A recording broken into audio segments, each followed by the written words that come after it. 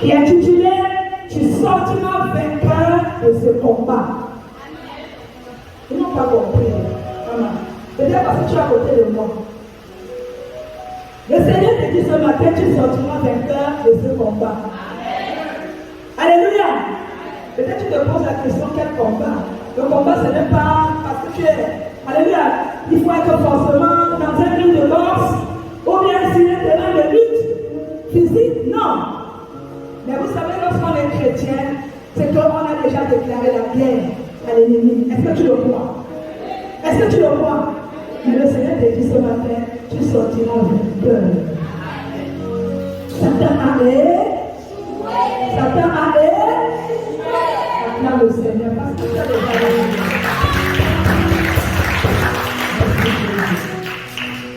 Alors, pourquoi ce thème est donné? Moi-même, je ne sais pas. Peut-être que le Seigneur, pendant que je suis là, en train de vous parler, vous allez mieux comprendre que moi. Alléluia. Moi, je suis allé d'abord par la question de savoir, j'ai posé plusieurs questions d'abord. Tu combats ou bien tu te bats pour quoi? Ça, c'est ma première question. Tu te bats contre quoi d'abord? Alléluia. Et quel est ton ennemi? Quel est ton ennemi? Le combat. Et avec quelle arme vas-tu te défendre devant ce combat? Parce que nous savons qu'il est dit dans les épîtres de 2 Corinthiens, au chapitre 10, le verset 4, que les armes avec lesquelles nous combattons, elles sont charnelles. Elles sont physiques. Charnelles, elles sont quoi? Sanguinaires. Elles sont les armes avec lesquelles nous combattons, elles ne sont pas charnelles, mais elles sont, d'où je peux encore ajouter, puissantes. Parce que spirituellement encore c'est vaste. Mais il faut aller donner le mot selon son licence dans le contexte même de ce verset. Elles sont puissantes par la vertu de qui? De Dieu. Les armes avec lesquelles nous allons combattre et que nous combattons, nous chrétiens, ce ne sont pas des armes charnelles, mais ce sont des armes puissantes, par la vertu de Dieu, pour renverser quoi? Les forteresses qui se tiennent devant nous. Il y a tellement de forteresses, il y a tellement de montagnes auxquelles nous faisons face. Et tu vas comprendre comment tu vas sortir de ces choses-là. Même des choses que tu ne vois pas. Ces combats sont parfois elles sont physiques, parfois donc aussi spirituelles. Mais le Seigneur te dit ce matin qu'il va te donner la capacité d'être victorieux. Alléluia. Et la quatrième question que je suis allée poser était de savoir, serais-tu le genre de personne à s'avouer déjà vaincu avant même l'heure de ce combat? Parce que les gens, vous voyez un peu comme l'histoire de David et Goliath.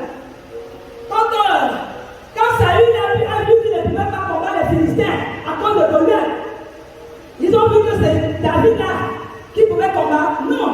Mais David, parce qu'il était attaché à Dieu le Père, il a vu qu'il pouvait renverser ce gros. Mais c'est que dit, les Israéliens à l'époque avaient peur des Philistins à cause de Goliath. Parce qu'à cause du gabarit seulement de Goliath, on avait peur. Et c'est ce qui se passe aujourd'hui. Lorsqu'on voit le volume du problème qui se présente à nous, on commence à paniquer et on se retire avant même d'avoir cherché à combattre ce problème. Est-ce que quelqu'un me doute? C'est pourquoi je suis allé en posant cette question, que serais-tu le genre de personne à savoir vaincu avant même l'heure de combattre? Est-ce que c'est ton cas? Tu me diras. Et sinon, avec quelle force? Avec quelle force combattra le géant qui se tient devant toi? Combattra les preuves qui se tiennent devant toi? Est-ce avec ton intelligence, parce que tu as fait trop d'études, que tu n'étudies qu'en expliquant les théories et tout, combattre. Peut-être certains, tu me le comptes. Mais il y a des situations que même avec même l'agrément, on ne peut pas. Alléluia. Parce que l'agrément dépasse même le doctorat. Est-ce que quelqu'un suit cela?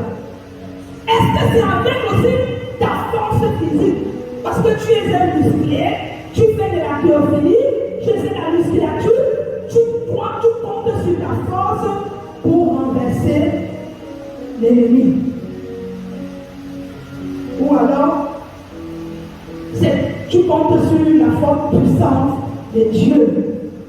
Est-ce que c'est par la force puissante de Dieu que tu arriveras à renverser Goliath ce matin? Question. Voilà les questions auxquelles je me suis posé et que je suis aussi venu te poser. Alléluia. Ouvrons Jacques 1. On va mieux nous comprendre à travers certains passages bibliques. Allons-y d'abord dans Jacques 1, chapitre 1er, à partir du verset 1 au verset 8. Et quelqu'un d'autre va m'ouvrir 1 Pierre 5, 10. Nous lisons la parole dans le livre de Jacques, chapitre 1, à partir du verset 1 jusqu'à 8. Jacques, serviteur de Dieu et du Seigneur Jésus-Christ, aux 12 tribus qui sont dans la dispersion, salut. Mes frères, regardez comme un sujet de joie complète et diverses épreuves auxquelles vous pouvez être exposés. Sachant que l'épreuve de votre foi produit la patience, mais il faut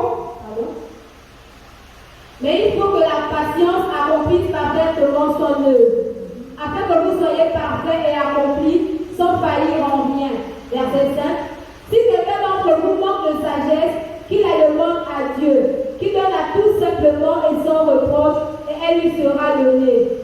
Mais qui la demande avec foi, sans douter, car celui qui doute est semblable au feu de la mer, agité par le vent et poussé de côté et l'autre. Verset 7. Quel tel homme ne s'imagine pas qu'il recevra quelque chose du Seigneur? C'est un homme irrésolu, inconstant dans toutes ses voies. Amen. Allons-y dans 1 Pierre 5, 10, rapidement. 1 Pierre 5,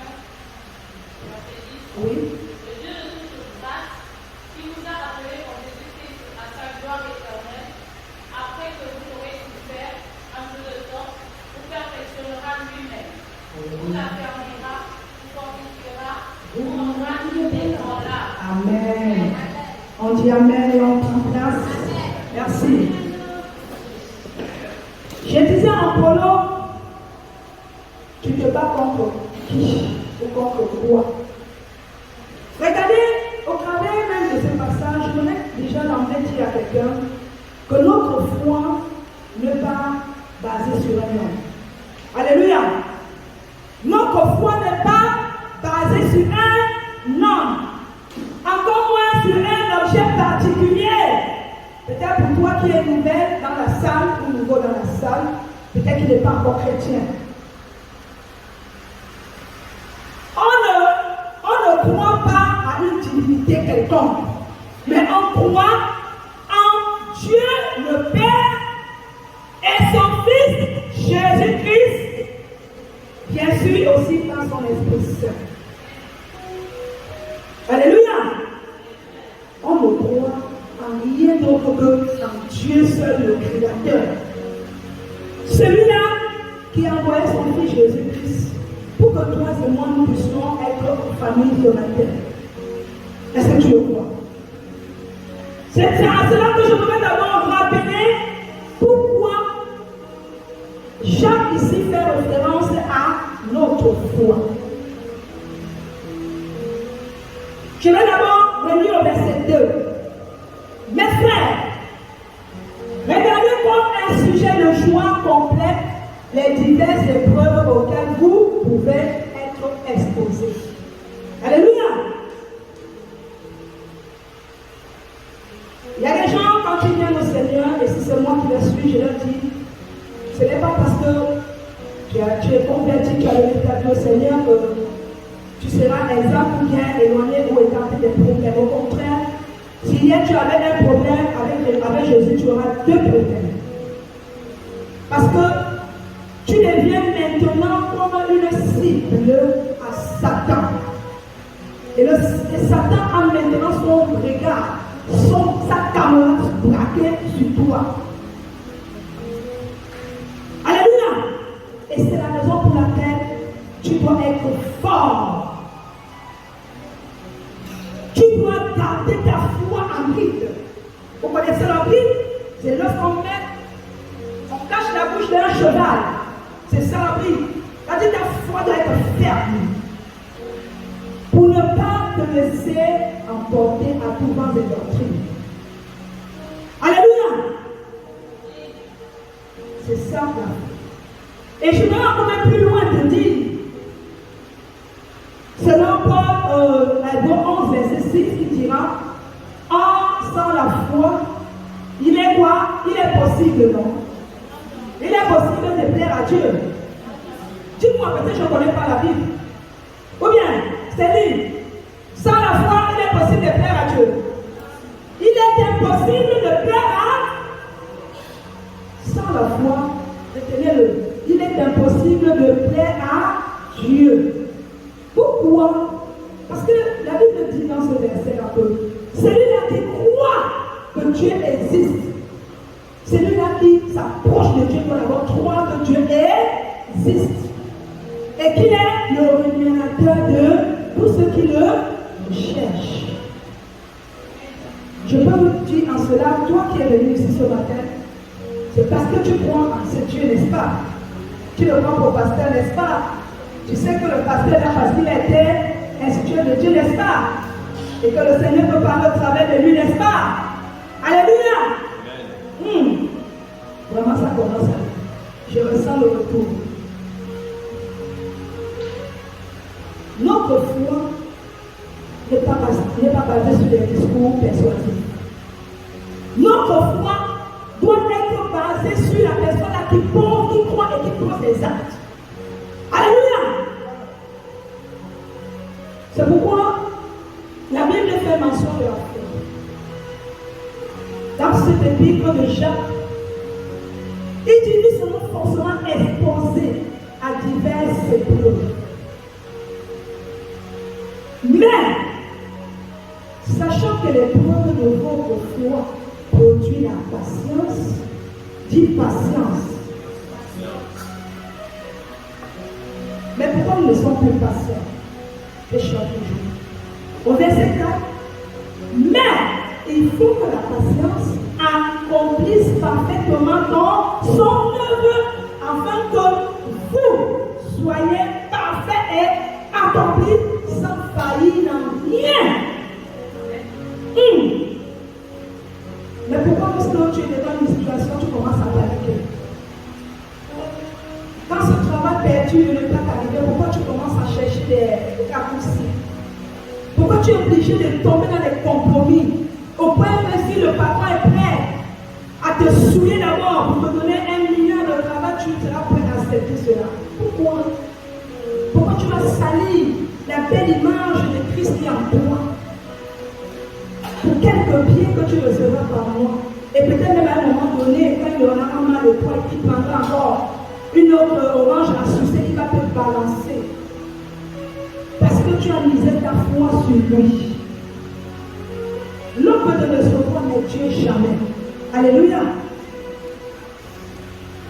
Restons fermes dans notre attente devant Dieu, s'il vous plaît. Alléluia. Soyons des hommes et des femmes patients.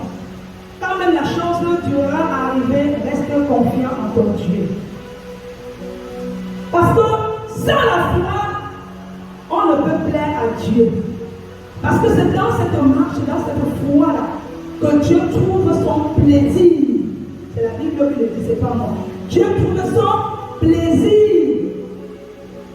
en nous. Raison pour laquelle je t'encourage à marcher dans la foi. Marcher par la foi ne veut pas forcément dire que tu ne vas plus te lever pour faire quoi que ce soit. La foi, c'est quelque chose que lorsque tu attends, tu veux quelque chose, tu espères à la chose et qu'elle est arrivée, reste simplement confiant que la chose est déjà même là. C'était mon cas avant même que je n'accouche. Je me voyais déjà avec ce bébé avant même. Est-ce que quelqu'un le pense? Parce que Dieu avait mis la paix dans mon cœur.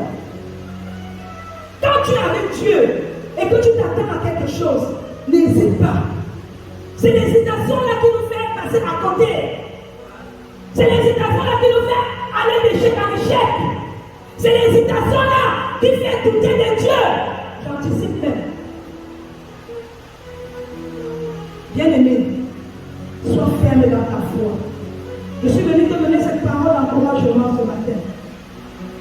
Quand j'étais sur mon lit, quand le pasteur me dit, tu vas diriger ce matin. Je dis, ah Seigneur, je ne suis pas dans mon repos. Vous voyez, depuis la semaine là, le Seigneur ne fait que m'utiliser. Je voulais un peu me reposer ce dimanche. Il dit, je ne serai pas là parce que le travail m'appelle. Ok. Je reste sur mon lit. Seigneur, qu'est-ce que je peux donner ce matin à l'église? C'est lui qui me donne cette pensée sans verset de Dieu. Il me dit d'aller chercher le verset. Alléluia! C'est tellement parce qu'il sait qu'il y a un besoin dans ton église. Amen.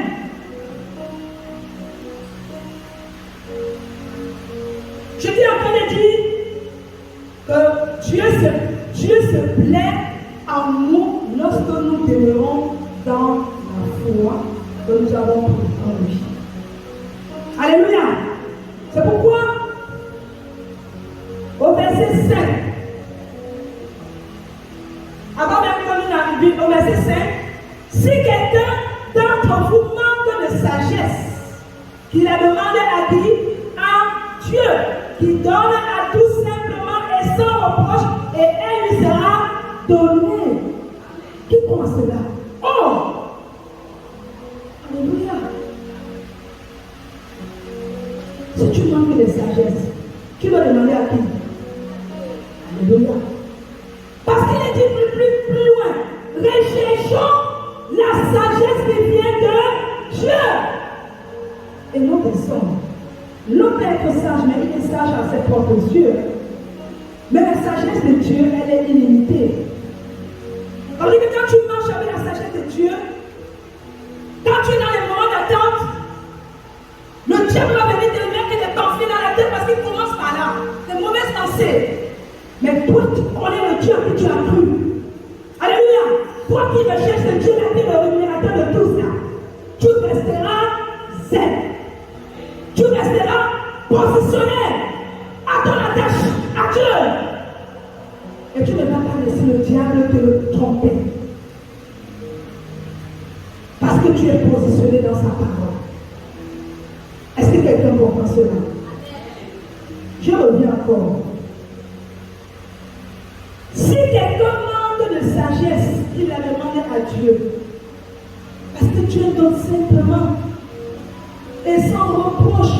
Dieu n'a pas besoin de te blâmer pour te donner sa sagesse. Parce qu'il sait que tu as besoin de ça pour affronter les montagnes, les tas de problèmes qui vont se présenter à toi. Il sait que tu auras besoin de sa sagesse pour ne pas te laisser attirer devant et d'autres. Alléluia. Alors tu vas demander la sagesse de Dieu après ce moment. Parce que quand tu doutes, je vais t'expliquer la raison pour laquelle il parle du doute ici là. Le doute est un sentiment d'opposition à notre foi. Alléluia. Le doute est un ennemi cruel à notre foi. Il ne vient pas pour te faire du bien. Il vient pour t'empêcher de garder la parole de Dieu que tu reçois en ce moment. Alléluia. Voilà le rôle du doute dans le cœur de l'homme. Un homme qui marche avec le doute, c'est un homme irrésolu. C'est un homme qui dit aujourd'hui je vais aller à l'église et lorsque la difficulté, peut-être du transport se présente, mon Dieu renvoie ça à dimanche prochain. Et dimanche encore, quand il y aura encore un autre problème qui va se présenter, il va renvoyer encore notre dimanche. Ainsi de suite, ainsi de suite. Parce que c'est un homme irrésolu. Un homme de foi, qu'est-ce qu'il dira? Seigneur, je dois aller à l'église, je n'ai pas d'argent, Mais débrouille-toi à me trouver le transport parce que je dois être à l'église pour t'adorer. Et que fera Dieu? Dieu le laissera ainsi? Dieu va laisser son serviteur sans aller à l'église? Dites-le-moi. Il fera forcément quelque chose. Le doute vient simplement pour t'empêcher d'accomplir le plan de Dieu dans ta vie et les promesses que Dieu a réservées pour toi. C'est pourquoi tu vas le bannir de ton cœur. Retenez-le, parce qu'à la fin, tu vas prier pour tout cela. Tu vas bannir le doute de ton cœur, parce qu'il ne vient pas pour te faire du bien. Alléluia. Alors, avant que je ne puisse continuer, j'aimerais ici pour qu'on comprenne mieux ce que c'est que l'épreuve. L'épreuve a un but. L'épreuve a un but. Et elle vient pour peu de temps. Alléluia. Elle est là pour un temps limité dans ta vie. Tu comprendras pourquoi je parle ici. L'épreuve est comme un tremplin. Alléluia. Pour nous amener à vivre des choses que jusqu'ici nous n'avons pas vécues. Vous connaissez ce que signifie le tremplin? Le tremplin, c'est comme cette planche plastique sur laquelle on s'appuie pour se jeter à la piscine.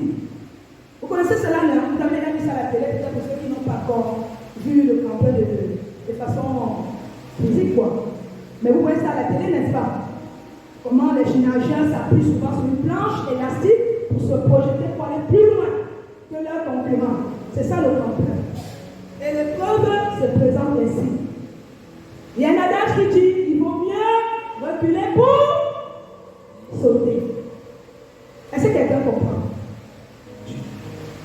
Si tu es chrétien et tu n'as pas encore vécu une épreuve dans ta vie, lève-moi la main. Lève la main. Personne n'est pas.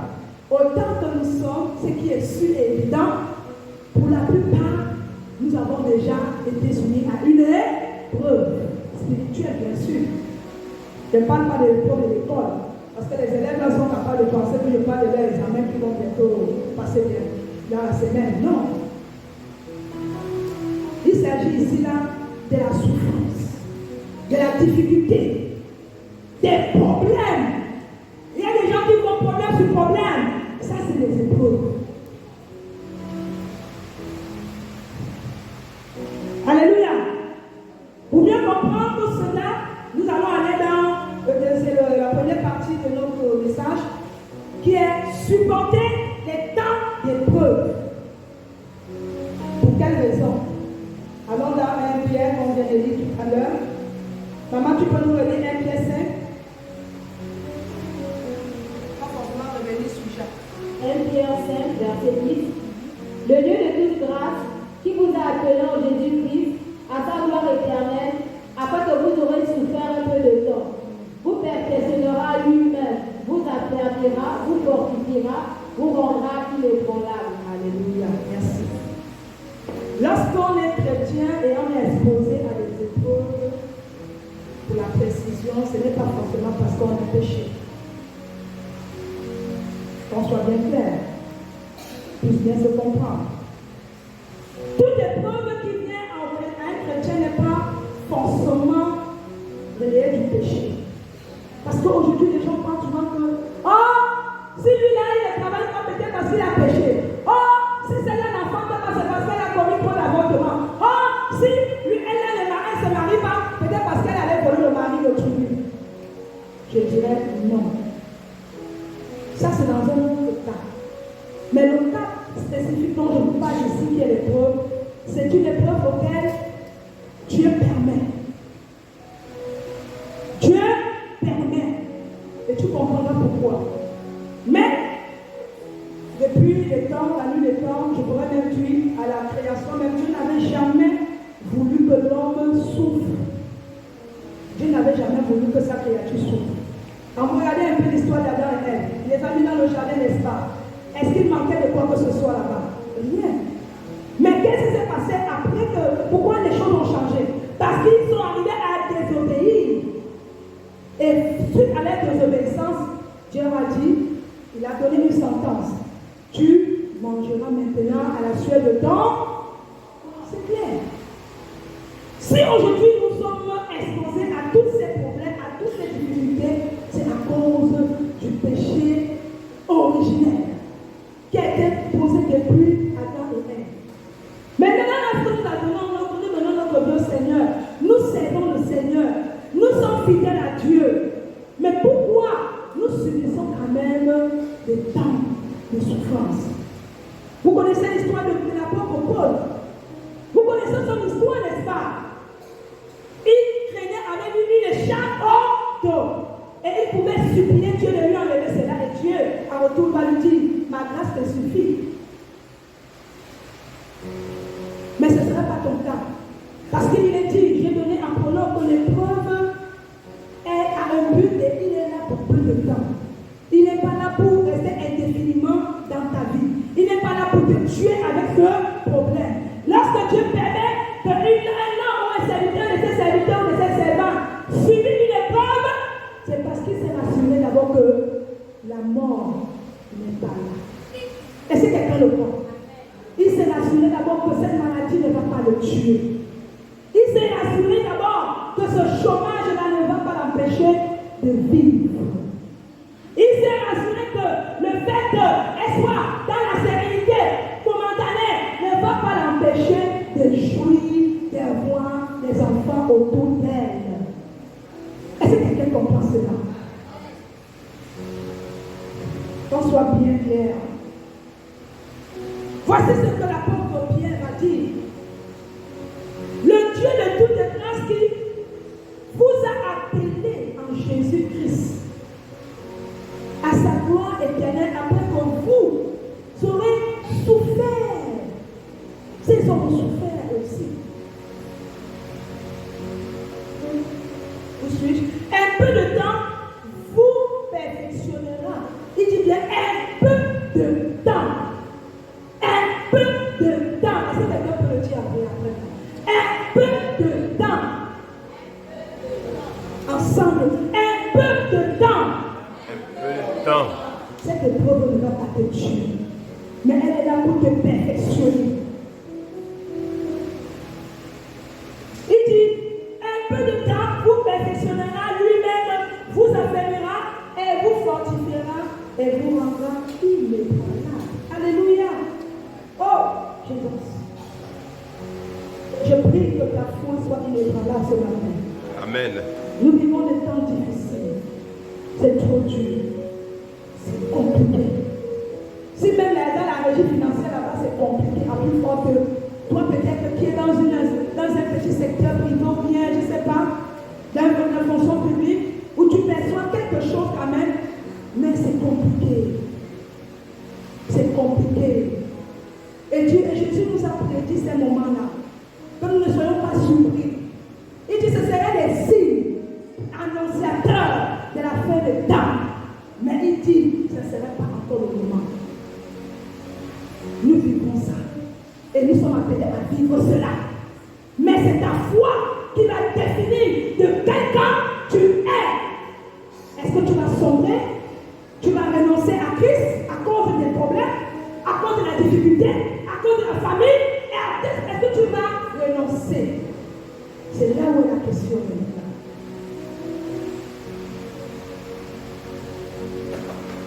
Quand tu permets qu'une situation nous arrive, c'est parce qu'il nous a donné la capacité de s'en sortir victorieux. Alléluia. Amen. C'est pourquoi dans 2 Pierre 10, je vais relever 2 points. Le premier point est celui de savoir l'épreuve vient pour nous fortifier et aussi pour affermir notre foi. L'épreuve vient pour nous fortifier et affermir notre foi. Vous connaissez l'histoire de Simon-Pierre quand Jésus viendra à lui et lui dit, Simon-Pierre, il appelle son nom 2 fois, Satan vous a réclamé pour vous tripler comme du froment. Vous connaissez le froment? Le froment, c'est quelque chose avec lequel on fait du blé. Elle dit, tu deviens farine. C'est comme ça que le diable. Elle dit, quand le diable réclame un enfant de Dieu, c'est pour l'écraser, pour le rendre comme la farine de blé là. C'est ce que Jésus a appelé le froment. Mais Jésus m'a dit, rassure-toi, j'ai prié pour toi, afin que ta foi ne défaille. Pour que ta foi ne défaille, j'ai prié. Pour que lorsque tu seras converti, tu vas aussi affermir tes frères. J'aimerais dire à quelqu'un, à partir de ce passage, toi qui comprends cette passage, cette parole, ne limite pas la personne que tu es. Dieu nous a appelés dans les temps où on était jeunes. Et c'est donc pour aujourd'hui. Dieu m'a appelé, j'avais 14 ans. Dieu m'a appelé, j'avais 14 ans. Peut-être que je ne comprenais pas pourquoi Dieu m'appelait, c'est que j'avais le temps. Que j'ai compris les raisons pour lesquelles Dieu m'appelait à cet âge. Aujourd'hui, peut-être que tu as eu plus de 14 ans, tu as connu le Seigneur. Dieu t'appelle à cet âge-là pour pouvoir impacter ta génération. Et non subir, et non te conformer à la génération présente. Est-ce que quelqu'un comprend cela? Oh, tu es belle, tu es beau, tu es intelligent, tu es cela, mais tu vas faire quoi à l'église là-bas? Voilà le plus souvent les questions que vous recevez, n'est-ce pas? Mais que ces personnes qui vous parlent là, si vous les écoutez, soit vous faites un avec cette personne, soit vous tournez le dos en leur disant simplement que Jésus aussi les appelle. Alléluia! Ça sera pour toi d'attirer les personnes dans la maison de Dieu. Et là, tu auras gagné une âme. Et lorsque tu gagnes une âme pour le ciel, il y a de la fête, il y a de la jouissance. Et Dieu est fier de toi. Alléluia! Tu dois veiller sur ta foi. L'épreuve est là pour t'affermir, pour rendre ta foi inébranlable, pour rendre ta foi ferme. Si tu n'y arrives pas, viens à l'église, viens voir tes aînés dans la foi. Dis, voici mon problème. Je n'arrive pas à me maintenir dans le sexe. Je n'arrive pas à me contrôler, à m'abstenir dans le vol. Je n'arrive pas à m'abstenir dans le mensonge, dans la tromperie, dans l'escroquerie. Je n'arrive pas. Il faut que nous soyons là quand nous arrivons à cela. Mais plus tu vas entretenir ce péché, plus ta foi va faillir. Plus tu vas t'entretenir dans ces choses, plus tu vas sombrer. Et tu vas faire un pas en arrière, jusqu'à ce que tu retournes dans le monde. Et la Bible dit pour les cas comme ça là, qu'il valait même mieux pour vous, pour ces personnes-là, de ne même pas avoir reçu la parole. Parce que quand tu as reçu la parole de connaissance et que tu t'en détournes, tu es pire qu'un païen. Parce que ton jugement sera grave. Dieu ne te fera pas de cadeaux. Je choque quelqu'un, n'est-ce pas? Pourquoi tu ne dis pas amen? Alléluia! Si c'est ton cas, tu vas prier pour sortir de là. Tu dois sortir de là. Alors, comme deuxième point que je relevais toujours dans Éphésiens, deuxième point, il dira Dieu, moi j'ai relevé ici que Dieu veut tirer gloire. Non, numéro 2, Dieu veut tirer gloire de cette situation. Dieu veut tirer gloire de cette situation. Et quand je vous parle, je suis en train de me voir à moi-même. Les gens qui se moquaient de toi hier, les gens qui riaient de toi hier, on s'est moqué de l'ennemi. Ces ennemis se sont moqués. Comment ils vont faire pour relever la muraille? Comment ils vont faire pour relever cette ville détruite? Mais ils ignoraient une chose, que l'ennemi était guidé par Dieu. L'ennemi avait la solution entre ses mains parce que Dieu lui avait déjà donné les armes avec lesquelles il devait relever cette muraille brisée. Dis Amen. Dieu va aussi tirer gloire de ta situation que tu traverses aujourd'hui. Il veut tirer gloire. Donne-lui la possibilité de tirer gloire. N'aie pas honte, c'est pas une honte. Au contraire, ça doit être pour toi respecté. Paul même avait des chars qui servaient le Seigneur. Il marchait pour bossu. Vous connaissez les bossus, non? Vous avez connu dans le comédien Gohou, non? Avant qu'il ne perce cette histoire qu'il avait sur le dos. C'était vilain de voir ce film, n'est-ce pas? Aujourd'hui, on peut encore voir, mais ils sont rares, ce sont des gens humains. C'est comme ça était le cas de Paul. Il marchait avec ces chars. Mais on dit Paul a opéré des miracles. Il guérissait les malades autour de lui. Mais il avait un problème lui aussi. Mais comment Dieu, qui nous donnait la capacité de délivrer ces personnes, ne pouvait pas le faire pour lui. Paul pouvait rester là dans sa maison, c'est pour tirer la pousse et dire, mais Seigneur, tu m'amènes à délivrer les gens, mais moi-même j'ai besoin de délivrer, tu ne le fais pas. Mais tout ça c'était pour tirer gloire à Dieu. Dieu veut tirer gloire de ta situation que tu traverses aujourd'hui. Peut-être autour de toi, les gens te rient, les gens se moquent. Mais dis-leur, ce n'est que pour peu de temps. Dis-leur, ce n'est que pour peu de temps. Parce que Dieu va se manifester. Alléluia! Ce n'est pas la danse que tu vas voir. La danse de la gloire. Il y a eu tellement de serviteurs de Dieu qui ont été éprouvés. Et je vais vous citer certainement au passage avant de venir dans le cas d'Ézéchias. On a eu le cas d'abord de Job. Job qui était exposé à cette maladie de lèpre, que vous connaissez. C'est Satan. Dieu a permis à Satan de lui envoyer cette maladie, de lui voler tous ses biens. Et qui devient comme un mendiant. Dieu a permis cela. Pour voir si malgré ça, Job pouvait continuer à persévérer et à adorer Dieu comme il le faisait, avec tout ce qu'il avait comme richesse. Mais la Bible dit, Job n'a pas failli. Il est resté intègre. Dis intègre. C'est vrai que le monde aujourd'hui n'existe plus trop dans notre jargon, mais on peut encore trouver des hommes et des femmes intègres dans l'église. Pourquoi pas? Alléluia! Amen. Mais Job était le cas. C'est un exemple comme nous l'avons copié. On a le cas aussi de Samson. Samson, par la trahison de Dalila, alléluia, à cause de sa faiblesse, il a enduré. Mais au finish, qu'est-ce que dit le Seigneur? Dieu a tiré gloire de cette situation. Il a redonné la vigueur de Samson. Et qu'est-ce que Dieu dit? Dieu l'a délivré. Et Dieu a fait tomber ses ennemis. On a le cas de Daniel dans la fosse au lion. Oh! Ils ont dit que non. En mettant Daniel là-bas, les lions vont le manger. Il laissait jusqu'à manger même ses os. Mais la surprise c'était qu'on dit que Daniel conversait avec les lions. Est-ce que ça n'a pas amené Nebuchadnezzar a dit à Daniel que maintenant, aujourd'hui, je crois à ce Dieu-là. Tout ça, c'est pour attirer, amener Dieu à manifester sa gloire dans notre vie. On a tellement de cas que je pouvais vous citer. On a le cas de David, le cas de Néhémie. Ils sont nombreux. Mais je me suis attelée plus sur le cas de Ézéchias. Lui aussi, c'est un serviteur de Dieu. Je prie cet parce que je prie dans le contexte actuel. Voilà un serviteur de Dieu. Est-ce que nous pouvons lire? Nous pouvons lire Ézéchias au roi, au 2 rois 20, à partir du verset 1 à 7. Au verset 7.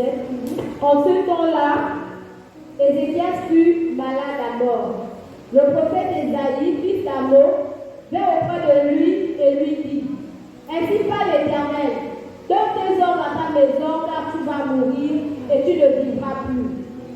Ézéchias tourna son visage contre le mur et fit cette prière à l'Éternel.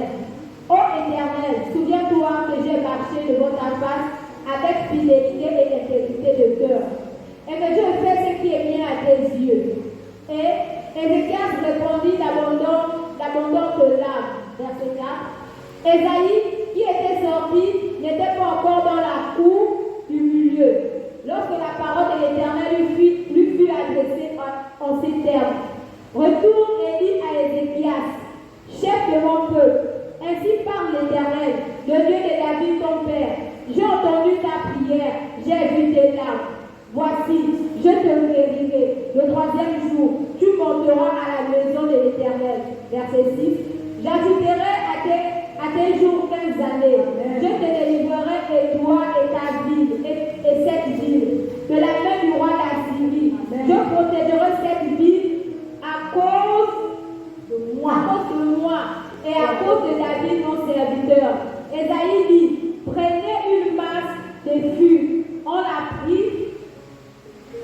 Et on l'appliqua sur une serre et Ézéchias guérit. Amen. On a fait la lecture ensemble, n'est-ce pas? Voilà un exemple typique. Ézéchias est un serviteur de Dieu, ou un Jésus. Il y a un moment donné, il est tombé malade. Il souffrait d'une maladie appelée l'ulcère. Vous connaissez l'ulcère, c'est les blessures sur tout le corps. Et cette maladie pouvait l'amener à mourir, elle devait le tuer. Mais lorsque le Seigneur a vu les supplications, les pleurs, les plaintes de son serviteur, il a envoyé son messager Esaïe pour lui dire ce que vous venez d'écouter. Je paraphrase. Esaïe va voir Ézéchias pour le rassurer que Dieu a écouté ses prières. Et au finish, Dieu a exaucé son serviteur Ézéchias. Et en plus de cela, il ajouta 15 années de plus à sa vie. Je ne sais pas, est-ce que c'était le cas des gens jusqu'à la fin, mais c'était presque similaire à l'histoire de Job. Job, il a eu mort, je crois, après 270 ans. Quand il était rassasié le jour qu'il a vécu. Vous voyez comme il a vécu des temps de souffrance, mais c'était que ça n'avait duré que pour peu de temps. Mais ce qu'il a reçu après, Dieu a augmenté même ses jours. Comme ce fut le cas d'Ézéchias ici. Dieu augmenta 15 années de plus. Ça veut dire que devant la situation d'Ézéchiel, Dieu avait déjà porté sa main dessus. Et voulait voir l'attitude de son serviteur. Est-ce que quelqu'un sait ça? Quelle attitude nous avons devant Dieu lorsque nous attendons à recevoir sa grâce, sa grâce? Quelle attitude? Disons, il ne se voit Dieu a augmenté encore 15 années de plus dans sa vie. Ça veut dire que pendant les 15 années, il a conservé pleinement le Seigneur. Il a rendu gloire à l'Éternel. Il était rassasié, il était déjà vieux, mais Dieu a encore ajouté. Ça veut dire que toi aussi, si tu crois à ce que Dieu est capable de faire dans ta vie, malgré la situation que tu es en train de vivre actuellement, Dieu va glorifier ton nom. Est-ce que tu le crois? Amen. Dieu va glorifier ton nom. Il va relever ta tête. Je voudrais dire à quelqu'un que la situation que tu traverses maintenant, dis maintenant, n'est pas la finalité. N'est pas la finalité. Oh. Peut-être tu te dis, tu vas mourir dans ça. Non, tu ne vas pas mourir. Tu vas guérir. Tu vas être époustouflant même. Tu vas te jouir des richesses de Dieu. Peut-être qu'aujourd'hui tu te crois peut-être pauvre. Mais Dieu dit, va augmenter ta richesse.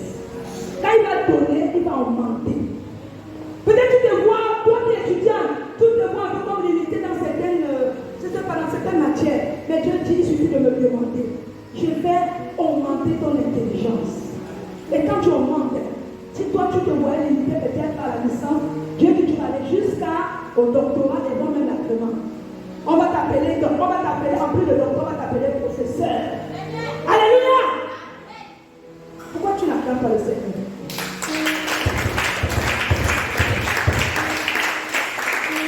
Je déclare les paroles de bénédiction sur ta vie, tu les regardes. Ce n'est pas que tu les regardes. Écoute la parole du Seigneur et dis Amen. Tu reçois. Quand tu dis Amen, ça veut dire ainsi soit-il. Tu t'appropries de cette parole. C'est une bonne parole. Alléluia. Je disais ceci, que l'épreuve actuelle n'est pas une finalité. Mais la finalité dans ta vie, c'est la puissante main de Dieu qui vient te secourir et te délivrer. Merci. Parce que Dieu est là. Dieu est là. Maman Mélodie, Dieu est là. Prenez le découragement. Et je refuse. Si quelqu'un est dans mon sillage, je refuse le découragement dans sa vie au nom de Jésus. Parce que vous n'allez pas mourir dans cet état. mais vous allez non seulement recevoir les fruits de votre persévérance, mais aussi vous allez jouir de ce que vous avez reçu. Et votre descendance va recevoir de même et c'est sa satiété. Maman Olivia, ce que tu as déposé là, que ça marche, ça ne marche pas, regarde à Dieu. C'est le Dieu de gloire qui va élever ton nom. Alléluia. Dieu voit notre fidélité et il va récompenser. C'est pourquoi au début j'ai lu Hébreux en 6 pour que tu l'entends. Parce que si ta foi n'agrémente pas Dieu, ne plaise pas à Dieu, comment Dieu viendra à toi pour te bénir, pour te récompenser? Non. C'est compliqué, c'est dur, mais persévère. Tiens bon. Alléluia. Notre finalité, c'est la puissance de Dieu. C'est lui qui va nous soulever, c'est lui qui va nous relever la tête qui a été courbée depuis des années ou depuis des mois. C'est Dieu qui va relever ça. Alléluia. Nous allons maintenant aborder notre deuxième point. Après l'épreuve, tu vas triompher. Est-ce que quelqu'un croit cela? Après l'épreuve, tu vas triompher. Et non seulement tu vas triompher, mais tu vas triompher du monde. Allons dans Jean 16, 33. Jésus lui-même étant le prototype de l'homme éprouvé qu'il était quand il est venu sur terre. Jésus était durement et longuement éprouvé. Mais c'était pour peu de. Et que dit la Bible, est-ce qu'il n'a pas vaincu la mort à la croix? Il n'a pas vaincu la mort. Il est resté à la tombe. S'il est resté à la tombe, ne l'acclamez pas. Mais si Jésus a été ressuscité, après avoir été éprouvé pour peu de temps, tu peux l'acclamer.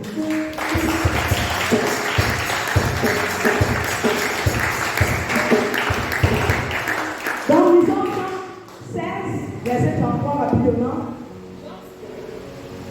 Jean 16, verset 33.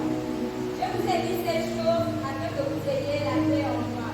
Vous aurez des tribulations dans le monde, mais prenez courage et vaincrez le monde. Amen. Amen. En Jésus, nous bénéficions de sa paix. Parce que lui-même, il a dit, je vais le dire, si vous me permettez, afin que vous ayez la paix en moi, vous aurez des tribulations, vous aurez des injustices, vous aurez du mépris des hommes, bien sûr. Mais en toutes ces choses-là, il dit, dans le monde, mais vous prenez courage quand j'ai vaincu le monde. Jésus lui-même a vaincu le monde. Ce n'est pas toi là qui ne vas pas vaincre le monde. Jésus est venu en chair et en os comme toi et moi. Les moustiques, quand les moustiques le piquaient, ils sentaient les moustiques de ce moustique. Quand on tapait Jésus avec du bois, il sentait les douleurs sur sa chair. Quand on lui donnait le vinaigre à la place de l'eau, pendant qu'il agonisait, c'était la mort. Il sentait cela du plus profond de son âme. Alléluia. Mais ce n'est pas nous là. Nous recevons quoi? Nous recevons quoi là? Parce qu'aujourd'hui, je n'ai pas mangé, je commence à pleurer la faim. Parce qu'aujourd'hui, il y a pas coupé le courant, j'ai chaud, je commence à pleurer. Parce qu'aujourd'hui, il n'y a pas ceci, je commence à pleurer. Mais je vous dis, Jésus a vécu pire. Mais il n'a pas renoncé à celui-là qu'il avait envoyé. C'est pourquoi il est dit dans 1 Jean 5 que ceux-là qui sont nés de Dieu triomphent du monde. Si tu sais que tu es né de Dieu, tu vas triompher du monde. Pourquoi tu vas triompher du monde? Parce que dans la victoire que tu as reçue, alléluia, cette victoire triomphe aussi du monde. Ça veut dire quoi? Le monde qui te détestait hier va voir aujourd'hui le changement des choses. Peut-être qu'il y a un voyait maman Laetitia encore derrière sa petite cabane, près le bar de sa boisson. Mais Dieu m'a dit, quitte là-bas. Parce que ça c'était juste comme une formation. Mais là où je t'appelle, tu vas être directrice d'un établissement scolaire. Et tu toucheras gros lot. Tu toucheras gros lot, maman.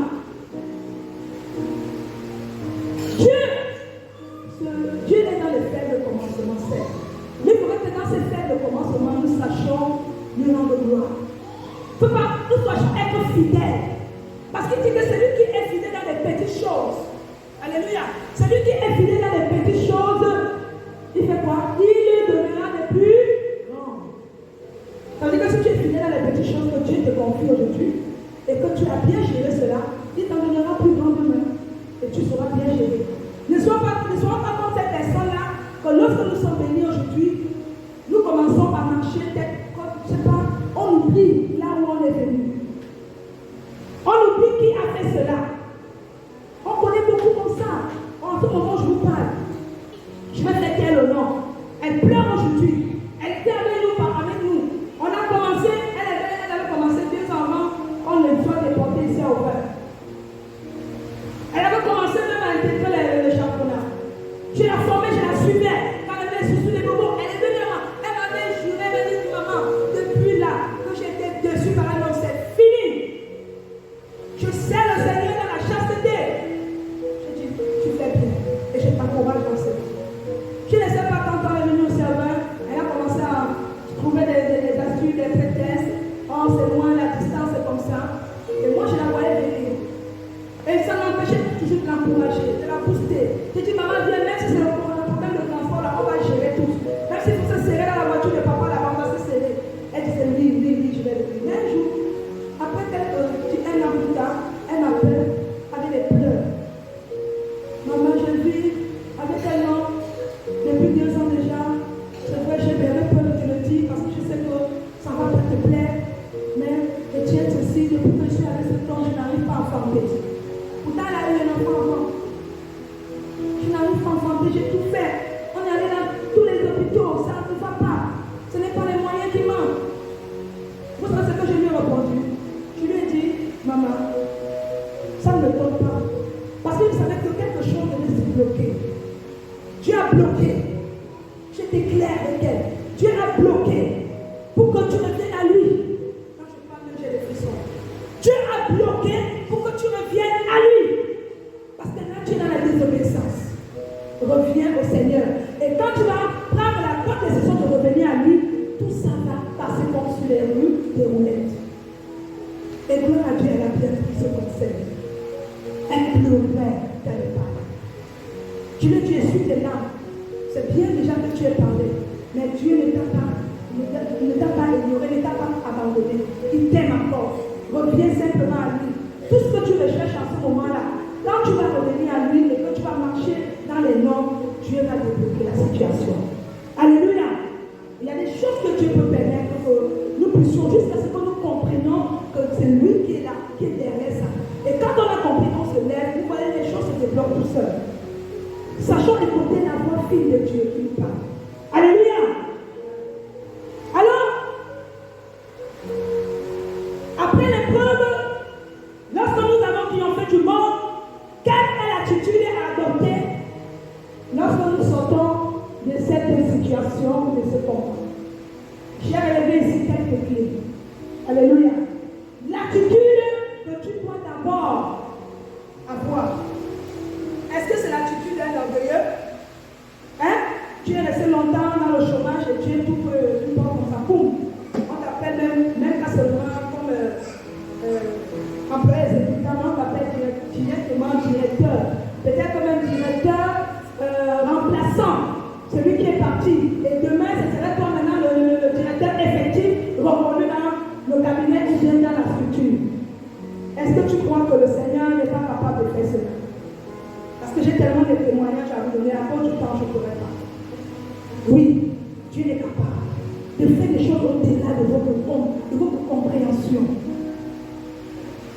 Le Dieu que je sais depuis, il a fait tellement de choses. Mais quelle est l'attitude maintenant à adopter? J'ai relevé ici, là, pour ne pas oublier, quelques clés. Il y avait tellement de clés, mais j'ai relevé quelques clés essentielles. Toi, tu dois retenir. Avant de rentrer à la maison, tu dois retenir cela pour ta marche forte, pour rendre ta foi inébranlable. Première clé, tu dois avoir attitude de reconnaissance. Tu dois avoir une attitude de reconnaissance. Reconnaissance, ça veut dire que ce n'est pas toi. Ce n'est pas un compteur sur tes propres forces. Parce que je me suis bien amusée à vous poser des questions en prologue. C'était pour l'arriver là. Ce n'est pas parce que tu es trop sage à tes yeux que tu as gagné ce boulot, que tu as gagné l'enfant, que tu as gagné le mariage. Ce n'est pas trop ça. Non.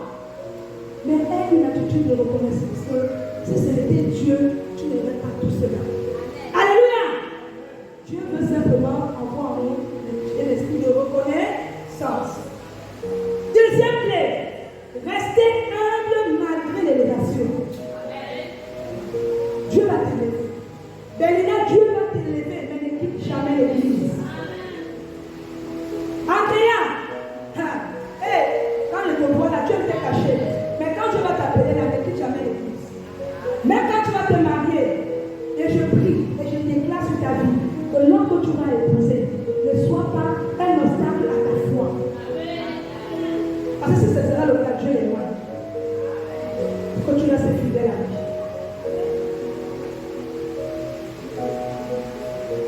Troisième clé, marcher avec des personnes qui adorent Dieu en esprit et en vérité. Aujourd'hui, quel genre de personnes avec qui tu manges? Qui sont tes amis? Quelle est ta compagnie aujourd'hui? Ce sont les gens qui te disent allons au bar, allons au joker, allons en boîte, allons un peu escroquer le petit père, il arrive de connaître bien. Mettons notre make-up, on va un peu l'embrouiller avec notre beauté. C'est avec ces gens de personnes que tu crains. Et si tu crains avec ces gens de personnes, tu vas périr. Tu vas périr. Parce que le monde attend avec un grand désir la révélation des fils de Dieu. Alléluia. Ne te laisse pas conformer, mais amène-le plutôt au Seigneur. Quatrième clé, rester calme et confiant. Parce que c'est là où tu trouveras, c'est là où se trouve ta force. Rester calme et confiant. Parce que la foi relève aussi de la confiance. Tu ne peux pas dire que j'ai foi en Dieu, tu n'as même pas confiance en lui. Parce qu'Ésaïe 31 nous dit, celui dit que c'est dans la tranquillité et le repos que sera notre salut, et dans le calme et la confiance que sera notre force. Alors je prie que tu restes calme, que tu restes confiant, malgré la difficulté qui se tient devant toi. Et même quand la difficulté sera ôtée, parce que Dieu t'a promis ôter cette montagne qui se dresse devant toi, comme il a fait avec Zorobabel. Elle va sauter. Alléluia. Mais garde l'attitude de quelqu'un de confiant. Alléluia. En dernière clé, je vais lever, rechercher de plus en plus Dieu. Est-ce qu'on peut lire ce passage? Jérémie 29. Jérémie 29, verset 12 à 14. J'ai aimé ce passage-là pour la fin. Oh! Recherchez de plus en plus Dieu. Parce qu'il dit qu'il exauce celui-là qui le cherche de plus en plus.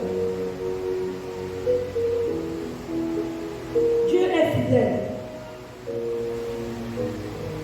Quand Dieu va t'élever là, tu vas oublier même de là où tu es. Tu vas oublier. Il y a une image là que je voudrais vous partager avant qu'on le lise. Il y a quelqu'un qui avait trouvé des millions, un sac de millions. Tellement elle vendait, c'était une vendeuse en ce bar. Et elle est tombée sur ce sac, quelqu'un avait oublié ce sac dans ce bar.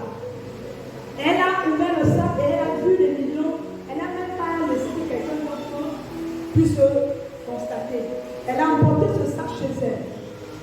Et tout de suite, sa vie a changé. Elle a commencé à... Elle n'est même plus allée au boulot le lendemain. Elle a commencé par là. Elle a manqué de rester à son patron, qui l'avait même pris alors qu'il n'était pas obligé de l'embaucher. Elle n'avait aucune qualification d'embauche. Mais cet homme l'avait pris parce qu'elle était venue pleurer qu'elle veut du travail. Mais quand elle a trouvé ce sac d'argent, qu'est-ce qu'elle a fait? Elle est devenue ébahie. Elle est devenue conforme. Elle commençait à insulter toutes les personnes qui pouvaient lui donner des pouvoirs. Les personnes qui avaient quand même un certain niveau de vie un peu plus élevé qu'elle. Dans la position de vendeuse qu'elle était. Mais avec les millions, là, elle se trouvait maintenant plus supérieure à elle, jusqu'à aller même narguer même son patron, le maman. Je vous assure. L'attitude de cette fille m'avait parlé. Elle a acheté les voitures, elle a dépensé, tout bien qu'il ne restait plus quelques miettes. Elle n'a pas songé qu'elle pouvait investir. Elle a pensé seulement, voilà. Vous voyez un peu dans quand quelqu'un pensait même un jour toucher de l'argent. Et c'était le cas de cette église. Et ce qui m'a marqué dans l'attitude de cette jeune fille, j'ai dit, mais cette fille-là, quand je suis blessée, et quand elle a fini de tout dépenser, quasiment tout, et on vient lui faire comprendre maintenant que le propriétaire est revenu à donc de chercher tout ça. Et les personnes qu'elle avait déjà insultées, méprisées, injuriées, manquées de respect, ces personnes qui étaient censées être ses amies au départ quand elle était vendeuse, elle les a marché dessus. Voilà maintenant le gros problème se présente à elle. Elle ne sait plus maintenant vers qui se tourner. Elle se retrouve maintenant seule et face à cette situation. Elle ne sait même pas vers qui se tourner pour avoir le meilleur conseil. La seule personne qui peut lui donner le conseil, c'est celui qu'elle avait offert une montre. Elle dit, bon, comme j'ai fait cela, comment faire pour me sortir de cette situation? Il a dit, je ne peux rien faire pour toi, parce que là, toi que tu t'es mis là, le problème. Il a retiré la montre, il l'a restitué. Elle s'est retrouvée seule face à son destin. C'est bien que quand elle va maintenant au commissariat se poser des questions, voilà. Elle demande qu'est-ce qui arrive à quelqu'un qui trouve quelque chose qui ne lui appartient pas, qu'est-ce qu'elle doit faire?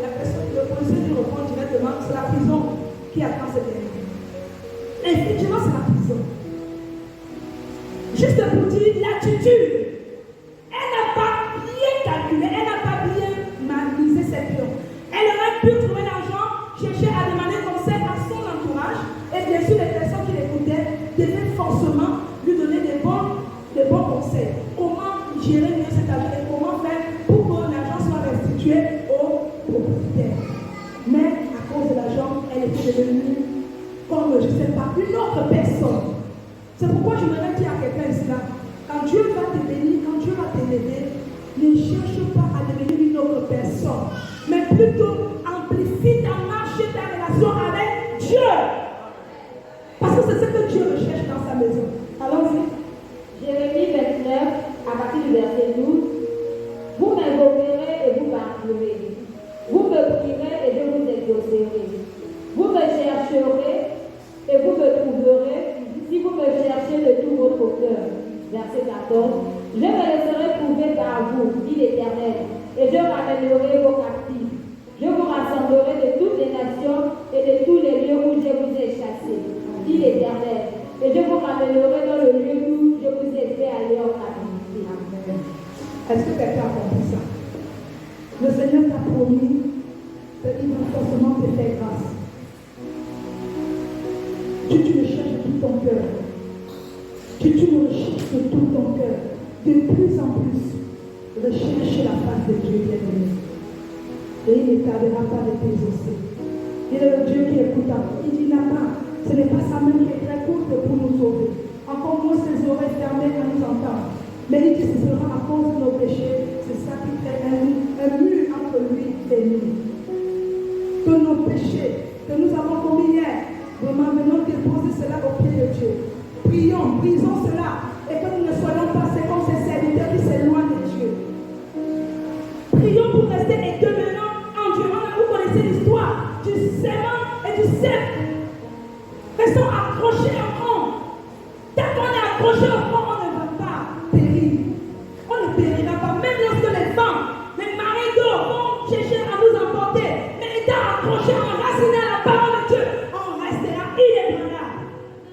Oh, parce qu'en fin de compte, avec tout ceci, c'est-à-dire les tribulations, les angoisses, les persécutions des hommes, les injustices que tu as certainement subies jusqu'ici, Jésus te dit, avec Jésus, tu seras plus que vainqueur. Parce que c'est lui qui a triomphé du monde en premier. Et parce qu'il t'aime aussi en premier, tu triompheras du monde. Alléluia. Alléluia. Si tu crois maintenant, comment est-ce que tu peux acclamer le Seigneur? Je sens une triompheras. Tu triompheras.